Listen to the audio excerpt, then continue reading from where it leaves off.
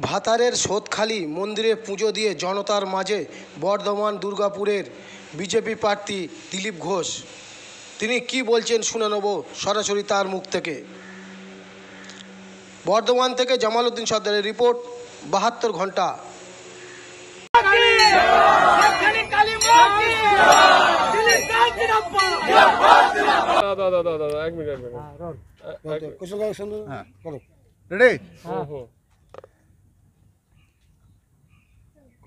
Diamond Harbour নিয়ে কিন্তু বিচলিত খুব যুবরাজ। তিনি বারে বারে মিটিং করছেন, কখনো বিষ্ণুপুর, কখনো সাতগাছি, এগুলো নিয়ে মিটিং করছেন। এবার মার্জিন অনেক বাড়াতে হবে, 4 লক্ষ টার্গেট। এখনও প্রতিস্পর্ধীকে ঘোষণাই হলো না, বিজেপির ক্যান্ডিডেট ঘোষণা হয়নি, তাতে এত টেনশন নেওয়ার কী আছে? উনি যেভাবে মার্জিন বাড়ান বা ভোট করেন সেটা সবাই জানে। আমার মনে হয় ইলেকশন কমিশন বা যারা আছেন তারা যে প্রস্তুতি নিচ্ছেন সেটা হয়তো সম্ভব হবে না, সেই টেনশনে আছেন। দেখা যাক, ইলেকশন দেরি আছে, অনেক ঘটনাই ঘটবে মাঝখানে।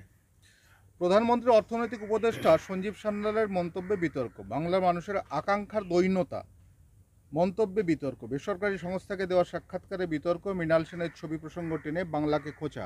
বাঙালি মদ সিগারেট খায় আর আতলামো করে, এর বাইরে কোনো উচ্চাকাঙ্ক্ষা নেই। দেখুন, বাঙালি সম্বন্ধে অনেকে অনেক কিছু বলে, আগেও বলেছে। আমার মনে হয় এর জন্য বাঙালিরা আমরাও খানিকটা দায়ী আছি। বাইরের লোক বলে দিলে সেন্টিমেন্টে লাগে, কিন্তু সেন্টিমেন্টের একটা কারণও থাকতে পারে। বাঙালির যে রাজনীতি চলছে, বাঙালির যে দুর্নীতি চলছে, এরপরে কি বাঙালি উচ্চাকাঙ্ক্ষী বা বড় চিন্তাভাবনা নিয়ে কাজ করছে কেউ বলবে? যাই হোক, বিভিন্ন লোক তার মতামত জানাবেন, অবশ্যই জানানো উচিত। এটা ঠিক যে কাউকে ছোট করার দরকার নেই। না, এখানে উনি যেটা বোঝাতে চেয়েছেন, মদ সিগারেট খায় মানে বাঙালির নেশার ঘরে থাকে, তারা কোনো বাস্তব চিন্তাভাবনা নেই বাঙালির। মানে এটা নিয়ে আপনি বাঙালি হিসাবে কি বলবেন? না, মদ সিগারেট কে খায় না? নাকি বাঙালিরা খায় না?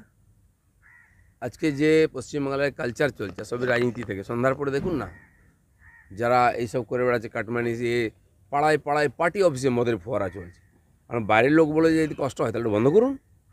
ইমেজ খারাপ কে করেছে বাঙালি? আজকে স্কুলে পড়াশোনা বাদ দিয়ে চাকরিতে পয়সা নেওয়া হচ্ছে, হসপিটালে চিকিৎসা নেই, ওষুধ নেই, ডাক্তার নেই, গরিব মানুষের দিকে কেউ তাকায় না, থানাগুলো তোলাবাজির জায়গা হয়ে গেছে।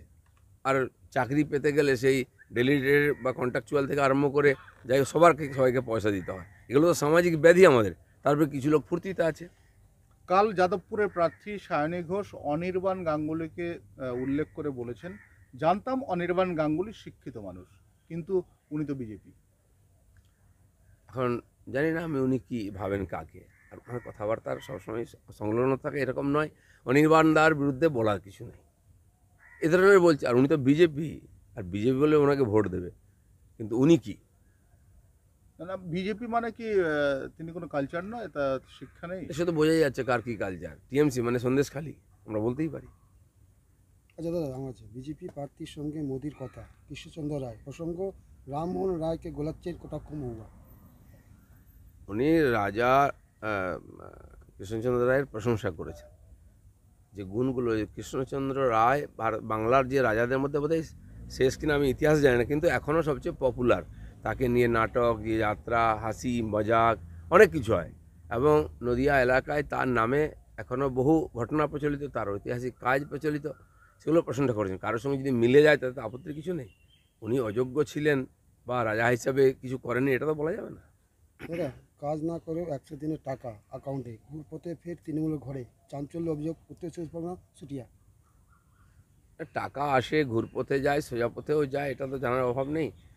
সেই জন্য তারা হিসাব দিতে পারেন না, সেই জন্য কেন্দ্র সরকার টাকা বন্ধ করেছিল। এই অভিযোগও থাকবে, আর অভিযোগের সত্যতাও আছে।